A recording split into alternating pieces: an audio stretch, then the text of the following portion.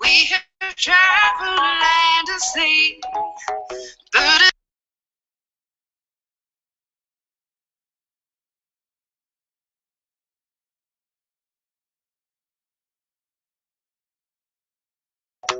exalted in the sea. As long as I am with you, my heart continues to beat. With every step we take, Kyoto to the bay, strolling so casually. We're different and the same, gave you another name, switch up the batteries. If you gave me a chance, I would take it. It's a shot in the dark, but I'll make it. So it's all in the world, you can't shame me. When I am with you, there's no place I'd rather be. No place I'd rather be.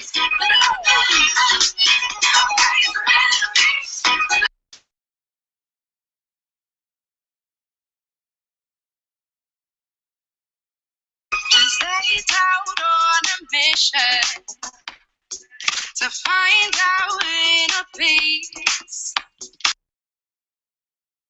lasting, nothing's incomplete. It's easy being with you, sacred simplicity. As long as we're together, there's no place I'd rather be. With every step we take, feel us to the way, strolling so casually.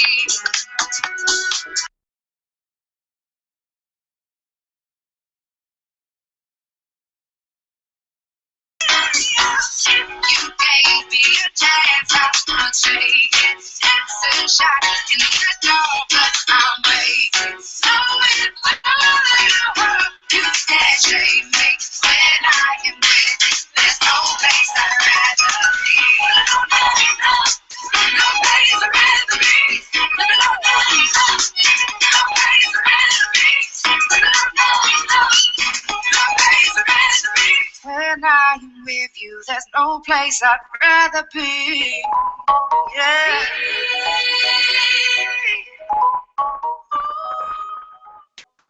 My brother Olives and sister of Neighborhood Girls, welcome to BBYO Live. We're excited to welcome all of you to our global conversation. My name is Yossi Vogel, and I'm from Northern Region East, DC Council number 54. The Global Networking Committee has been working on ways that you can get more connected. BBYO Live is an opportunity for you to hear stories from teens in BBYO communities across the world, ask questions, and begin the conversations that spark lifelong friendships. If at any point during today's Hangout you want to ask a question, click on Be Part of the Conversation on YouTube or tweet using the hashtag #JoinTheGlobalConversation. 10 teens, 9 countries, 1 movement. It's time. Welcome to the Global Conversation. I'd now like to introduce our 2 hosts, Carly and Rena, who will take this conversation, who will get this conversation started. Hello and welcome everyone. I'm Rena from Turkey. Thank you for joining us in our discussion. And first of all, I would like to thank everyone and all of these wonderful people on the call, and especially Yossi and Carly for making this a lot more easier for me, because if they weren't on this call right now, I probably would have been the same color as my t-shirt. As to mention a little bit about my community, I come from a very small community. The population is less than the number of people at IC. Today, my role will be to host the call, and I will be asking the questions and try to keep this conversation going on. And I would like to now give the yield to Carly to introduce herself. So, my name is Carly. I'm from Canada. I'll be one of your hosts today along with Rena. I'm 16 in grade 11, that's a junior. I go to public school in the suburbs in Canada. Besides school, I work, go to BBYO, hang out with my friends. In my school, all my friends are Jewish, and so is 95% of the population in the school. I live in a very Jewish neighborhood, obviously, where everyone is inclusive. I always feel safe and welcome. I've been a part of BBYO for just over a year, and I'm super excited to go to IC.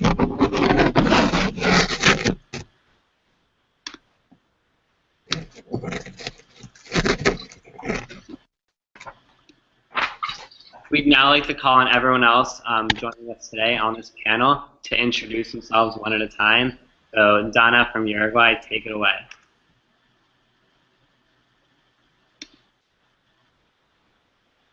All right, Ellen, take it away. Hey everybody, my name is Ellen. I'm from Switzerland, Hogerschrim.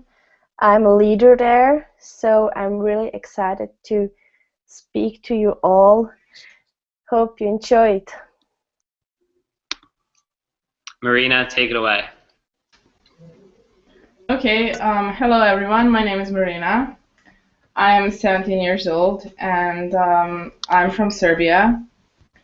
When it comes to BBYO, I've been in, my region is BBYO Balkans, and I've been a part of it for almost 2 years. And currently I'm on board for membership and further involvement. Hope you're going to enjoy this call.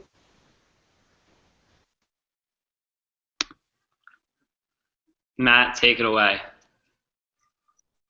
Hey everybody, my name is Matt Rabinowitz. I'm from Charlotte, North Carolina in the United States. I'm really excited for this call. I think it's going to be really great to be able to share and compare our stories and different Jewish lives across the world, and I hope you guys love it.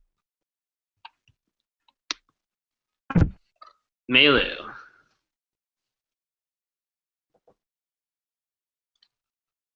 Hi, I'm from Argentina and I'm 18 years old and I'm really excited about this call and can't wait to talk to you all.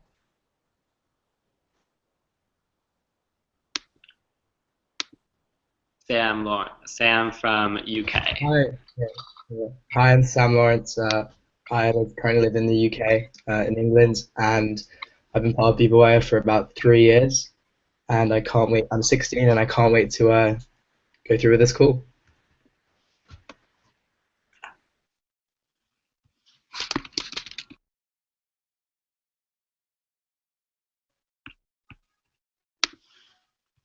Okay, now I would like to start with the questions, and Carly is going to ask the first question. Carly, by the way, please unmute yourself. True. Okay. So the first question is, what is it like living day by day as a Jew in your community? Anyone feel free to answer, of course. Okay, so I come from Serbia, and being a Jew in Serbia is not really easy because we don't have much support.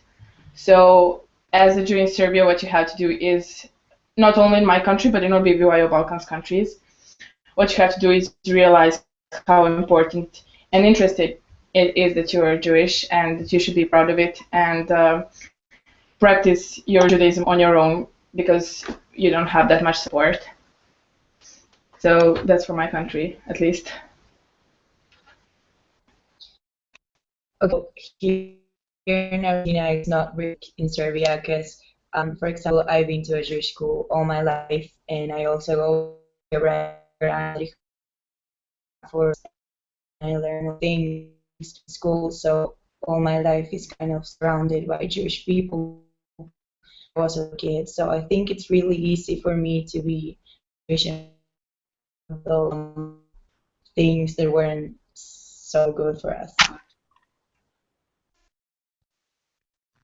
I think it's really interesting hearing how different and perhaps harder it can be to live as a Jew in other countries, because in America and in North Carolina, while we're surrounded by so many non-Jews, Christianity is very prevalent and other religions are very prevalent, living as a Jew and in a Jewish community, it's almost easier because everybody is so together and everybody is so united under that minority. But in Uruguay, as we are a small community, it's not difficult to be a Jew because we all support each other and we all know each other. And well, I go to a Jewish school, and all of us go to Jewish movements. So I think it's not that difficult. In the UK, it's quite like different because it depends like where you live. But where I live, for the most part in my town, like a lot of people are Orthodox. Most people go to the Orthodox synagogue that's like within my town. but I mean, like, obviously me myself, I'm like conservative, but the Jewish population isn't big in the UK.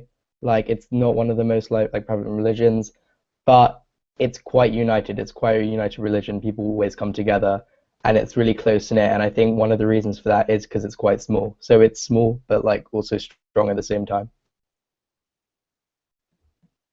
That's awesome. And in where I am from, in my community, it's very different from the US and other countries where it's a lot more easier to express Judaism. But I find it very important in where I live to keep on the traditions and keep on the culture going on, because it is very easy for people to forget Judaism and this culture, because it's such a small it is such a small population, and it's a small community.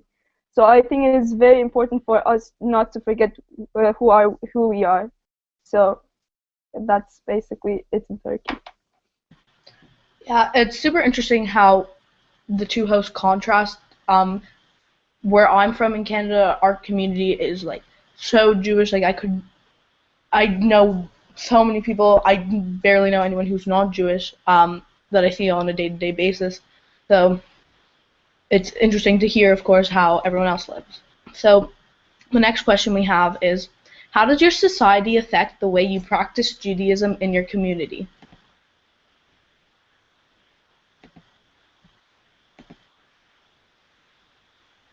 Please feel free to answer the questions. I guess I can start.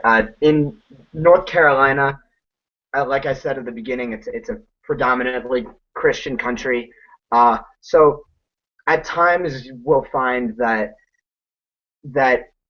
being surrounded by all those type of people, we may not be always so comfortable to practice our Judaism, perhaps more our cultural Judaism, in front of others. But I have found all my life that being part of a community and with a community center, surrounded by Jews, living my day-to-day life with Jews, the more you practice living life the way you like to with those people, the easier it gets. And as you grow up to be our age, you can do it alone and you can do it every way you need to. Can I just ask, like, just to reiterate, is this about to do with sort of like maybe anti-Semitism, or like how easy it is being Jewish? Well, the main purpose of us writing this question is to understand how the community shapes the way that you think about Judaism. So if you have any insights about that, that would be great.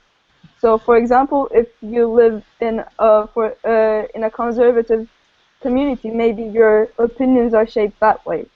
This is like an Yeah. example. Yeah, I think it's kind of cool because I can, like, in a way, branch off of what Matt was saying, because I mean, I originally, I lived in America and I was from quite a Jewish community there, but moving here, it sort of shaped the way I sort of think of it, because being there for such a long time, we sort of think of it as sort of like some people go to synagogue from time to time, but it wasn't really a huge thing. But here, I think we feel more obliged to do it in the UK because we are a smaller community. And I think in a way that's a good thing, because it's like keeping like the flame like lit, sort of like, and the UK, the people who do practice Judaism in the UK, like who are mostly my family, it puts a good outlook on Judaism, like how often it's practiced over here. Thank you, Sam. And in this question, by the way, you can express the way that you feel about you can express what you believe in, or any other things. Okay, so in Serbia, we don't, like, our Jewish community don't really have much support, as I already said, but I would say that people mostly don't care. Of course, we face some problems such as anti-Semitism, but I guess that happens, so it's not a big deal. And we get support from, I mean, Jews get support from different organizations. Well, one of those is BBYO, also JDC and stuff like that. So, yeah. But like our society as our country my country, like I don't think that we have much support. So we pretty much have to do everything on our own. So I know that in my community personally, we have a lot of interreligious communication and collaboration, and there's a lot of times that Jews and Jews in my specific community engage with the overall community and participate in programs with people from other religions, other nationalities. I'm wondering what role interreligious collaboration has where you live, and what relations you guys have with your overall community. So here, I think it's really up to each family whether to raise children Jewish or not, because we have options for everyone. Although our country is not really a government Israel or the Jewish community, and also 1992, 1994, we had terrorist attacks towards Jewish buildings. So I think that kind of like shaped the way the Jewish community is nowadays, because I know I live because of consequences of those terrorist attacks. So most of the people who decide to be an active Jewish here, I think those two attacks made people realize how big of a deal it is to like live in active society, like shape the way we are Jewish here. Hmm.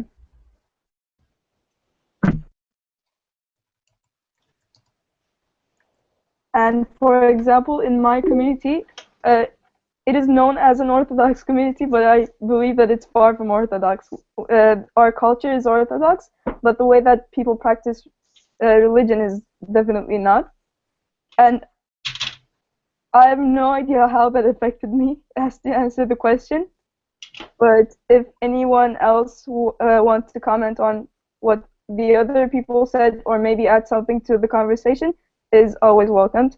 And by the way, as a reminder, people who are listening to this call, you can always send your comments and questions using the hashtag #JoinTheGlobalConversation.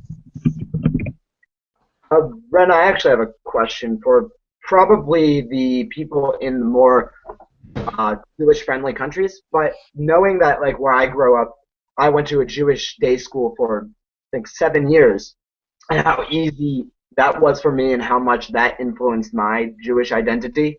How does the ease or the difficulty in being Jewish form like how you view your Judaism? Maybe even the countries where it is more difficult to be Jewish, like in Serbia. So are you asking to the people who live in a Jewish-friendly place, or the opposite? Actually, the opposite. Now that you mention it. Oh, okay. But any, of course, any answer is wonderful. Maybe you can Can you repeat the question. Oh, Yeah. okay, go for it. No, I'm saying, Matt, can you repeat the question? I was asking the same thing.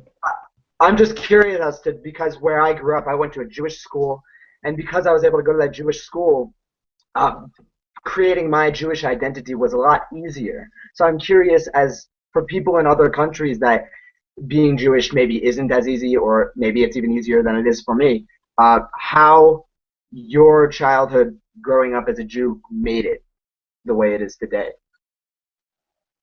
Does that make sense? Yeah, definitely. Well, I didn't go to Jewish school because there are no Jewish schools here. So the place where I learned about Judaism, like the first things when I was really little, was my JCC, because they organized like some schools during weekend where we could like learn, and they still organize for holidays and stuff like that gatherings. And after I stopped going to JCC because usually small kids go there. After that, I started being a member of BBYO, where I learned a lot about Judaism and how other people practice it, and also inside my family. So yeah. Mm-hmm. What about it? Oh, pardon me. No, please go for it. I was also curious because Ellen, in Switzerland, like I actually know probably the least about Switzerland, so I'm kind of curious about how it is over there as well. So here in Switzerland, I think in my town where I live, so there most of the people are Muslim. So we are like two families here. They're Jewish. So we have a next town near here. There are really a lot of Jewish people. So my identity I got from my parents. They gave it to me and they grew me up to the Jewish life. So I just started in my community with 12 years, and then I really learned how I learned. So I got my identity after that. But in my town, I really have more Muslim than Christian, I think. Yeah. So Right. it was a little bit of hard here. Do you think Also, do you think that makes you more proud of like being Jewish, or like makes it harder to take pride in it? sorry, what? Do you think that struggle being surrounded by Muslims makes it harder to be Jewish, or makes it easier for you? It's harder. It was harder for me because there were so many Muslim, and but now I grew up with them. It's kind of easier now to live with them. But first, when they heard that I'm Jewish, it was kind of a shock for them. But after this shock, and they asked a lot of questions, and but after that, it was. I think I grew up in a good town and city, so also with a lot of Muslims. I That totally understand you because it's the same in Serbia, just like almost everybody in Serbia is Christian Orthodox. So, um, yeah, I understand how it is to be surrounded with people who are not Jewish. And it's funny because it's like the exact opposite. Here, about a 5-minute drive from me, there is a yeshiva and a mosque directly beside each other with an Orthodox community surrounding the yeshiva and then a Muslim community surrounding um, the mosque. And the communities like interconnect. Their houses are right beside each other. It's super cool, actually. I don't think there's many places in the world where you're gonna find that, where you have two people who have a history of fighting with each other who are living in harmony with no problems at all. That's amazing. And it's kind of like the same in Izmir. Like, you can find a mosque, and then after a walk of 5 minutes, you can find a synagogue. But the problem is, for example, the synagogue close to where I live, it's you wouldn't be able to differentiate it from a regular building if it weren't to have like some sort of a security in front of it. So, and I would also like to make a shout out for the people in my youth community because I think they're doing an amazing job because I think that we have to grow up so fast in order to keep the culture going on because what happens is we as like 17-year-old or 16 or 15-year-old teenagers are the ones responsible for the smaller ones education, Jewish education. So I think that is very important that what they do, and I would like to thank them one by one again. So we have a question from Twitter user SmackTalker11. He wants to know, in your community, do you face anti-Semitism? What does anti-Semitism look like in your community?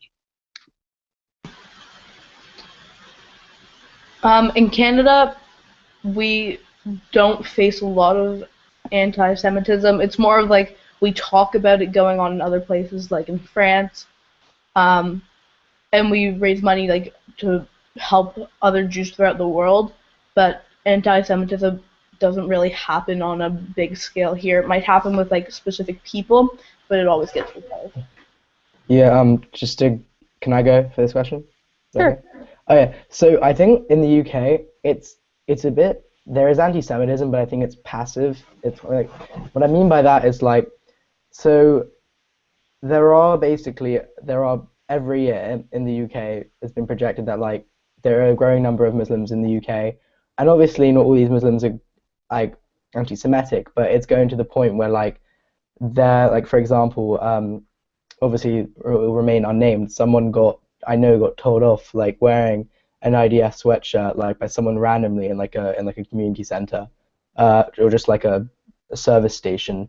And I mean, over here it's quite verbal. There are rallies against Israel and what Israel are doing in the streets, like a lot.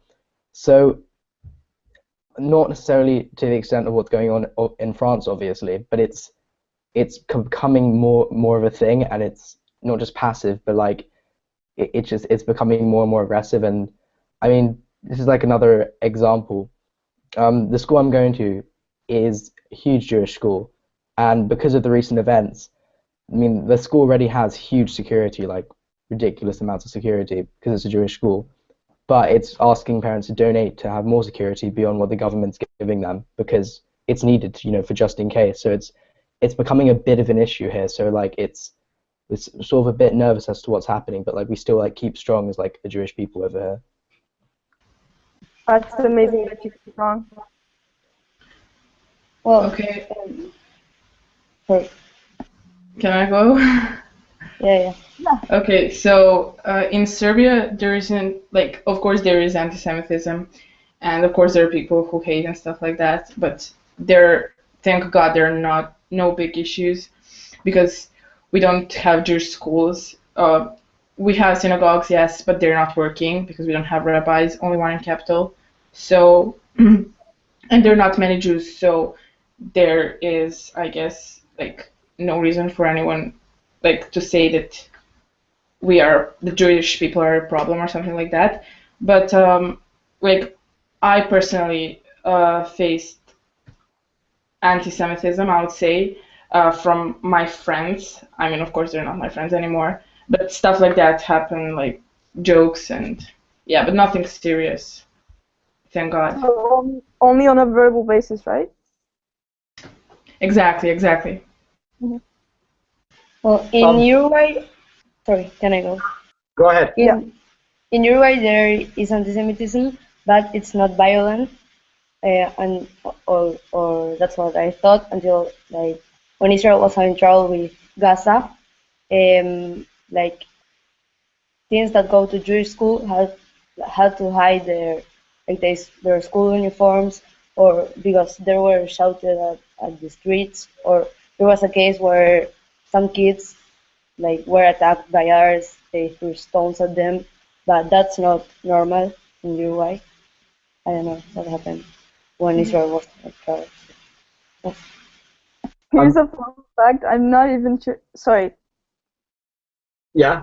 Sorry. Yeah. So I received a question. I think it has a lot to do with this, and it's really interesting. A friend of mine asked me, "What are your thoughts on the phrase America is good for Jews, bad for Judaism?" And it made me think. Well, while in America, I believe that means how Jews tend to thrive in many different respects in America, whether it be like economically or as we kind of hold back the violent anti-Semitism, and it's more verbal, less damaging to us. But it makes me think, regardless of if America is good for Jews, bad for Judaism, good for Judaism, how do all of you in other countries think of, like, not necessarily how it just affects you as a Jew, but is your country good for Judaism, or is your country maybe hurting it? What do you think? Well, it's not good nor bad. It's like whatever, because there are not many Jews, so I don't know. I guess people here don't really pay attention. Do you think you grow in it, though?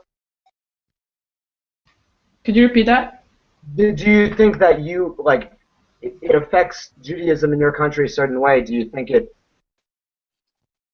helps Judaism grow to some respect? Does that make sense?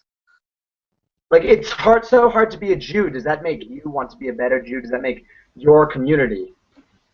Well, it's a challenge. It's a challenge to like stick to Judaism, but I guess at least for me, that's why it is even more interesting, and what makes me even more proud because I'm one of the few here. Mm-hmm. Can I just one thing about in regards to what Matt said, and I'd say yes. And like I said before, like it's like a famous actually like Jewish quote. It's a ner tamid, which is keeping the flame lit. So I think the smaller communities, I think they can sometimes thrive to be stronger within like a close knit group because they know that like they are the only ones who can like carry on the tradition like to the next generation. So that's why it may be more relevant in like smaller communities to like keep it going and teaching it early. So there's a question from Jessica Shandell. She wants to know, when there isn't a lot of Jews around you, how do you keep the people in your communities and the people in your organizations involved and motivated to be Jews, even when there isn't such a large community? Oh my God, that's one of the biggest challenges that we face in Izmir, and I think it is safe to say that it is the biggest problem because like as long as you have some people attending the activities or the events that you're planning and you're doing, it's easy to show them that it's something fun. Like we do fun stuff. We don't bore people out because if we do, they'll stop coming. But we sometimes even don't have enough people to show that we're doing something fun and we're doing something good and enjoyable. So I think it is definitely very extremely hard to find people to come to the events and the collaborations in the community once there are not enough Jews.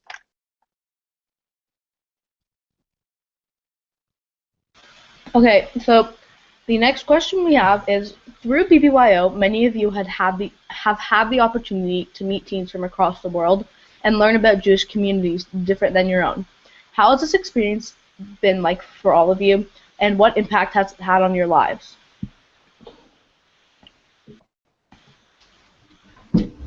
Well, before I joined BBYO, I never really met many people who are Jewish, especially those who don't live in my country. So after like going on summer programs and meeting international Jews, I learned how they live and how they practice their Judaism, which really motivated me to keep up with traditions and everything. And yeah, it really changed my perspective to Judaism.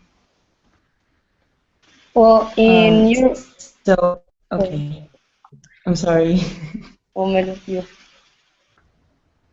Dana, you can go. Okay, in Uruguay, we just started with BBYO, and we started by contacting teams from other parts of the world, and this made me interested in how Judaism is like performed in other countries and in other communities, and how does it work, and it really made me start like thinking about my own way to live Judaism, and I think that's great. Maybe. Okay, so when I went to IC for the first time, like 3 years ago, like all my life I've been thinking that being Jewish was so easy everywhere because I've been Jewish my life and I've been in a Jewish community my whole life. So most of the people I knew were Jewish. So when I went to IC and discovered all these people that they weren't able to be Jewish like the whole time, or they didn't have Jewish schools, like they have to keep it as a secret and stuff. Like I was completely surprised because I thought it was easy for everyone to be Jewish. Like I could have never imagined how it was until I joined BBYO. So when I joined BBYO, it wasn't like I wanted to keep my Judaism alive, but I also wanted to do something with other people. Like I don't know, because it changed my mind completely, and it was like really strange to discover all those things, and I don't know. Yeah. So I think for me, it's kind of like a double sort of question. So when I first initially joined BBYO, it was in Maryland in the US, and like up until this point, like until after my bar mitzvah, I had basically sort of like dropped out of Judaism for the next like 10 months, I'd say, between my bar mitzvah and when I actually joined back in 2012.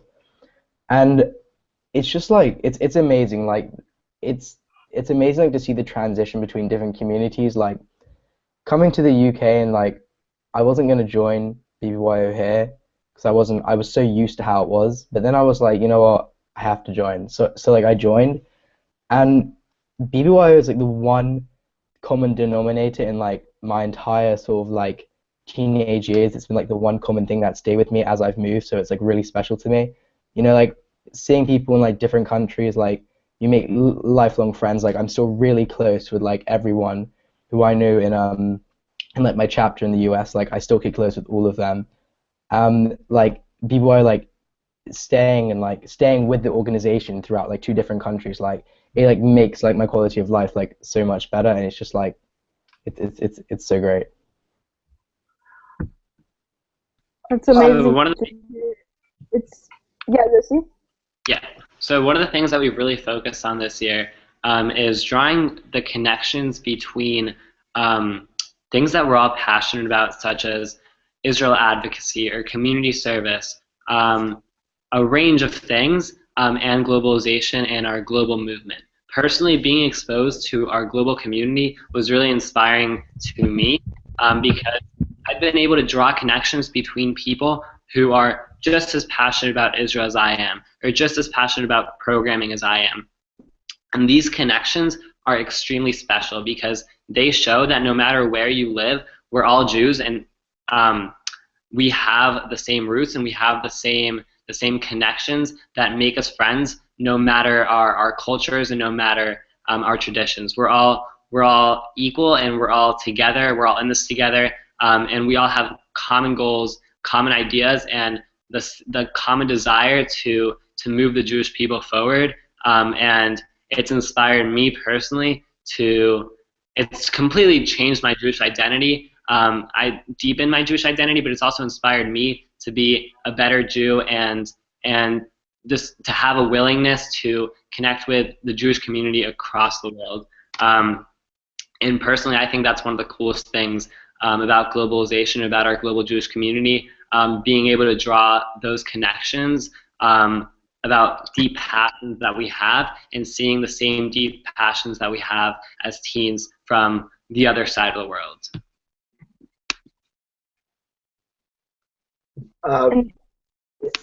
Rana, I find it interesting what Sam said, because I can definitely find some agreement with that. Having went to a Jewish school, then bar mitzvahed, I kind of fell out of the Jewish life for a little while, and as BBYO approached, it kind of rekindled that fire, brought Judaism back into my life. But to take it a step further, finding out about this idea of globalization, which by definition is a way of making the world a smaller place, and finding that out and joining the global movement and finding out that there was a Jew that I would get to meet in Bulgaria or Switzerland or Serbia or Argentina or Uruguay or the UK, or what country did I miss? Canada. It's the most remarkable thing ever, and if that can't strengthen roots in Judaism, strengthen love for Judaism, I don't know what could. I totally agree with that, because I think globalization has so much benefits for every kind of culture. It is so beautiful to share your cultures. And as to move on to our fifth question, in what ways has BBYO further connected you to the Jewish people, the Jewish community, and Israel? So, what connections did you receive by being more involved in BBYO?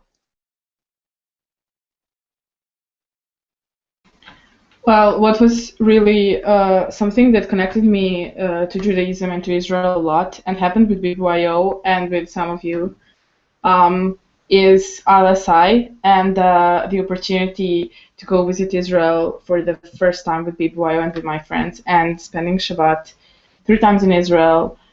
One was in Tzfat and the other one was in Jerusalem, which was incredible experience. So, yeah. Oh, ILSI was awesome. It rocked. So for me, I think that one of the awesome things, and we say this and we kind of phrase it like this in the UK, BBYO, it sort of provides a lot of informal education. So it sort of connected me in the way that, like, we're not in BBYO, we're not necessarily forced to do things like Jewish related that we would otherwise sometimes find boring. Like BBYO sort of like spices it up a bit.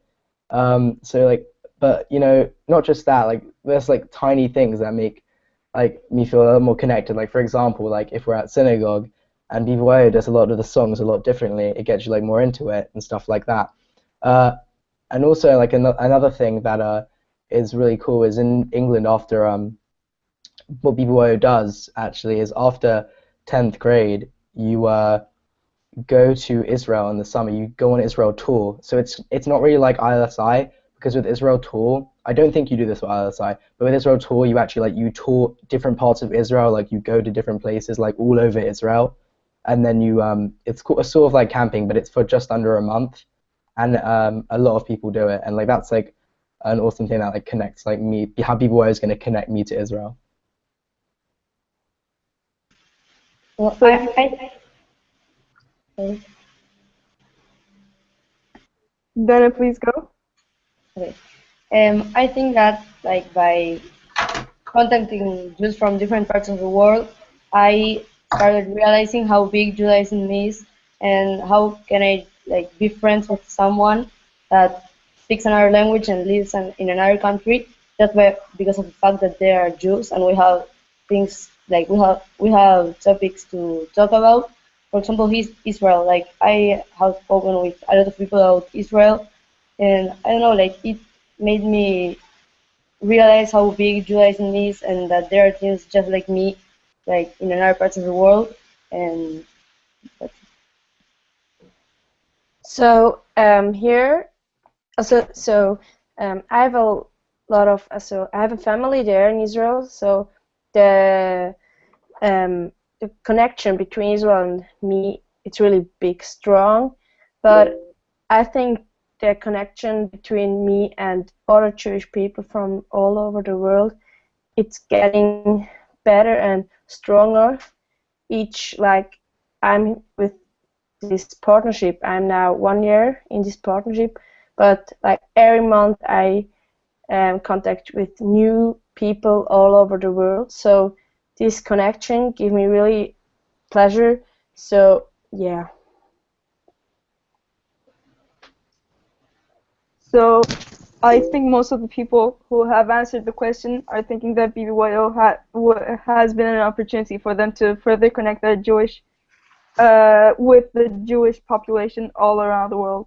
As to move on to our sixth question, which BBYO experiences inspired you to become more involved in your Jewish community? So, for example, there are lots of programs that BBYO provides, such as IC, IL2C, CALA, ILSI Ambassadors, or GNC, what we're doing right now. And how did this help you to get involved in your Jewish community more?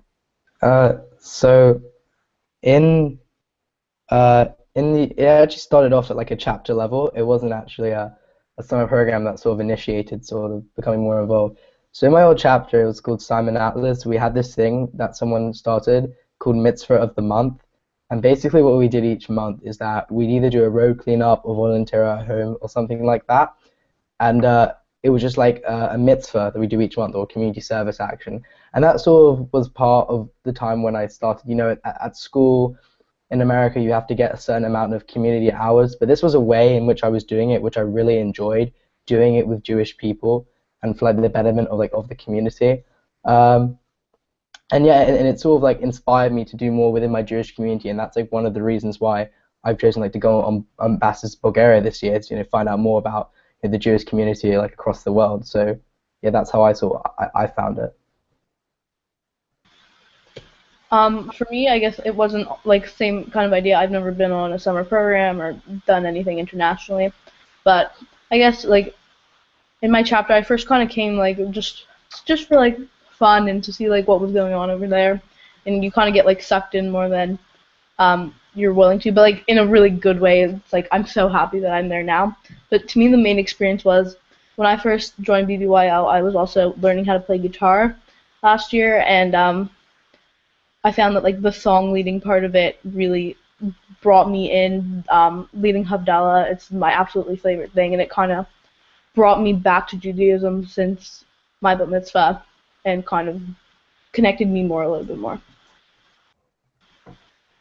Yeah, and when I went to ILSI this year, I found it very amazing because when actually my opinion is that the more the merrier. So lots of people on the ILSI, more Jewish teens that I've ever seen before in my life, and it was so good to hold hands together when the sun was going down and singing songs on Havdalah, and that definitely inspired me to do a lot more stuff in community. It gave me the opinion that if I tried hard enough, I could also turn those events into wonderful and amazing, miraculous events.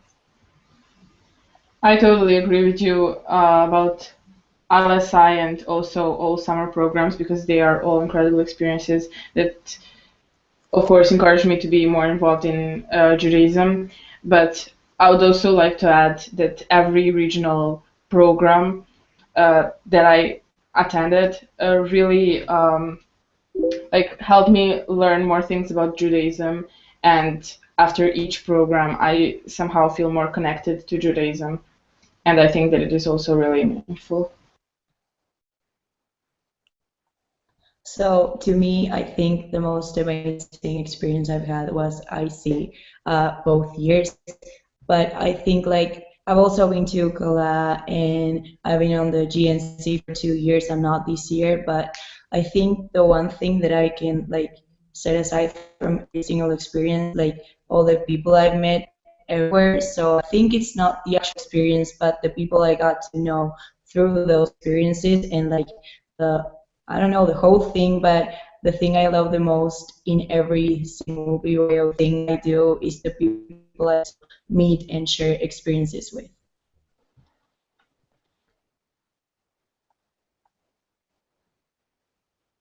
So you find it very amazing to meet with people who were interested in the same thing as you were, right? Melu? What? I'm sorry, I didn't hear you. So did you find it very interesting to meet people who were interested in the same things as you were, right? Yes, like what I like the most about the whole thing is the opportunity to meet new people and share my experiences. Like that's the one thing I love the most about BYO. Mm-hmm. I understand. I share exactly the same feelings. And as a fun fact, I used to not like Israel before I went on ILSI.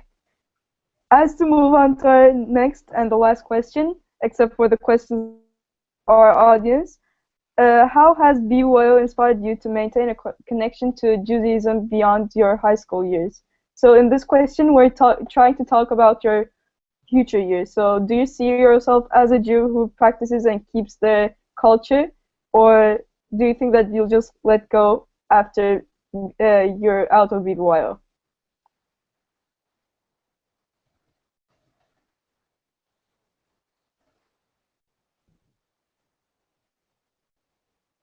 All right, I'll go. So basically, yeah, I really do want to maintain, a strong sense of Judaism, like after like high school years. Like even it's in and out of BBYO. So like in BBYO, I want to be like basically what they call here bogrim, basically sort of people who lead like the BBYO camps over in the UK after they're finished with BBYO, and that's something I really want to do over here in the next 2-3 years. Um, and yeah, also like when I grow up and if I get married, if I have kids, like I really want to pass on that sense of Judaism, like especially if I'm in the UK, it's I want to like make sure I keep like the flame going and make sure like to spread like awareness of like keeping Judaism going to like people that I know.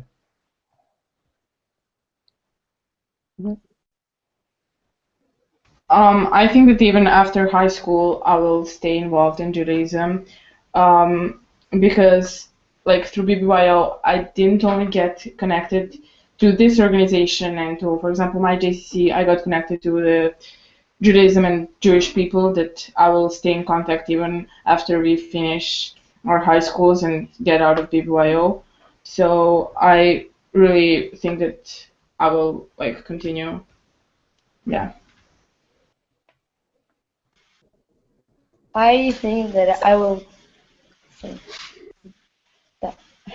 I think that I will continue with Judaism, but in one way that BYO has helped me, like, will help me to do that, is that the friends I've made with BBYO are people with whom I want to keep in touch in the next years.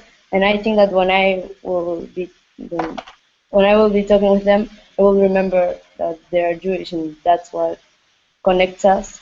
And I think that that will bring us to there, and me with this as well. I So think. I also belong to. Oh my God. I'm No, so sorry, Matt. You can go, go. go. Okay, Mel, please go. Yeah.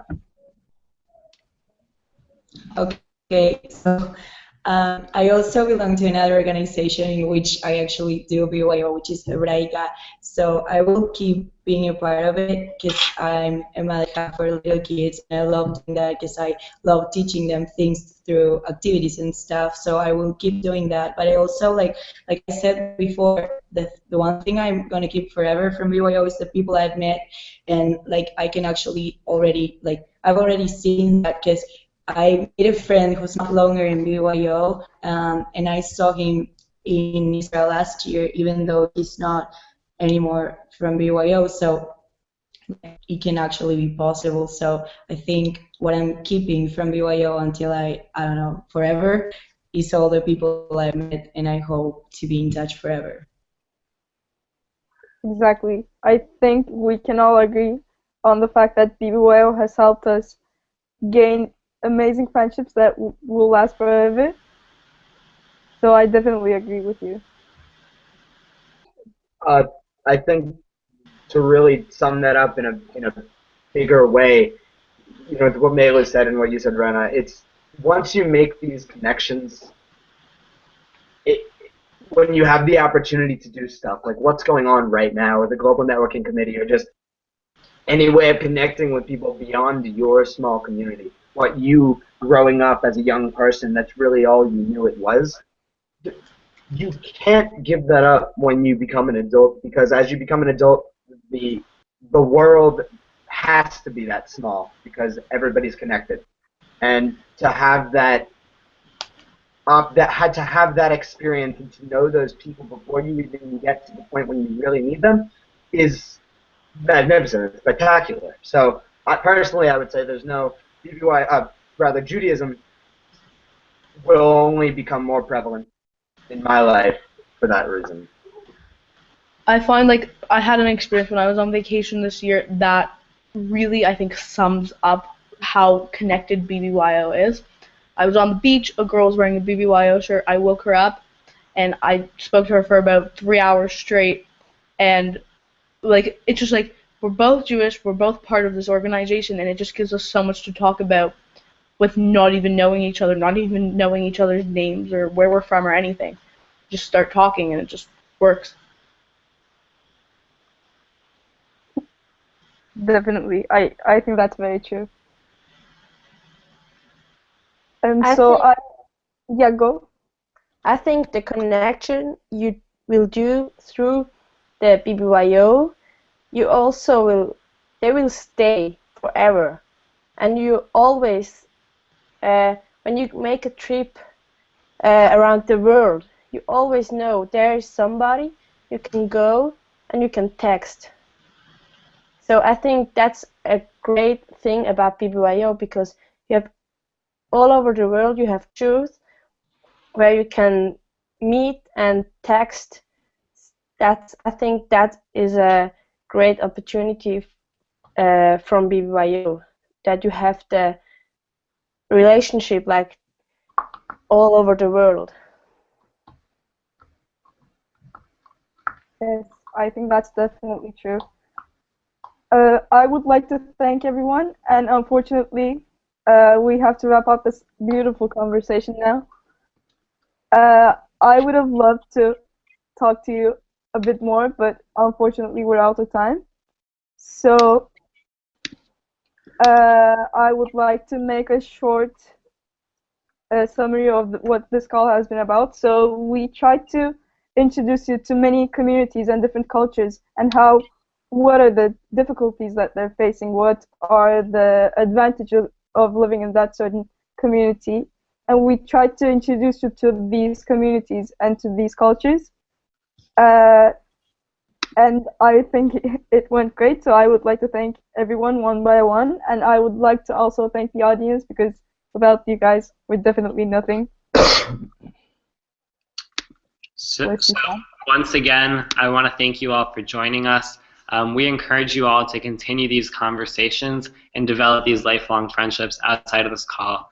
As a thank you for joining us, we now have a special surprise for all of you. We will be releasing to you all the pre-order form for the Global Geek Frockets one day early. So please take a look at the graphic that is now on the screen to take a look at the links you need to buy your frocket. Please remember to fill out the IC survey by tomorrow, and we can't wait to see you all in Atlanta. Everyone screenshot the picture so you have it. Yeah, this will also be available. This YouTube link will also be available to rewatch at any point after this call. So feel free to share with all your friends. Please do share with your regions, your chapters, and your community. Thank you all so much for joining us. Thank you, everyone. Thanks, guys. Thank you.